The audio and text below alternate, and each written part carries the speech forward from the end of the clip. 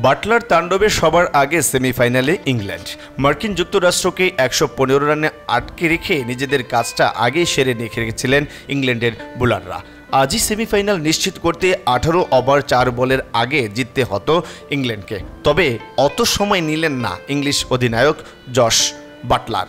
৩৮ বলে ৮৩ রানের জড়ো ইনিংস খেলে ৯ ওভার ৪ বলেই নিশ্চিত করলেন দলের জয়।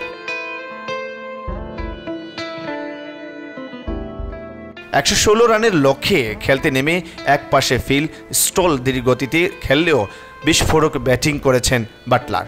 যুক্তরাষ্ট্রের কোনো বোলারই তাকে আটকাতে পারেনি। এর মধ্যে হারমিত সিংহের এক ওভারেই ৫ ছক্কায় তুলে নিয়েছেন ৩২ রান। শেষ পর্যন্ত ৬টি ৪, ৭টি ছক্কায় করেন ৮৩ রান। আরেক পাশে ২১ বলে ২৫ রান করে অপরাজিত ছিলেন সল্ট। ব্রিজটাউনে টসে জিতে এদিন প্রথমে বোলিং করার সিদ্ধান্তই নেন জস বাটলার। ফর্মে থাকা ওপেনার আন্দ্রাসি গাউসুকে শুরুতেই ফিরিয়ে দেন পেসার রিস টপলে। তবে ওয়ান ডাউনে নেমে দারুণ ব্যাটিং করেন নীতিশ কুমার। ২৪ বলে ৩০ রান করেন তিনি। তবে রান পাননি আরেক ওপেনার স্টিভেন টেইলর ও অধিনায়ক আরন জোন্স। ৫-এ নেমে কুরি অ্যান্ডারসন দারুণ শুরু করলেও ২৮ বলে ২৯ রান করতে পারেনি। শেষ দিকে যুক্তরাষ্ট্রের ১৭ রান পার করেন হারমিত সিং।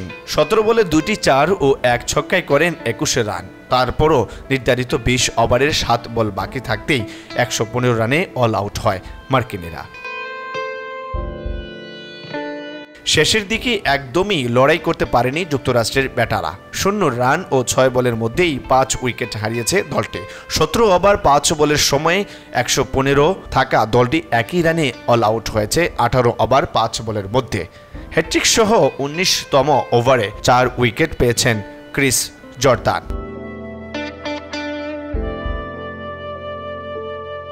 শুরুতে মার্কিন ব্যাটারদের কোমর ভেঙে দেন লেগ স্পিনার আদিল রশিদ।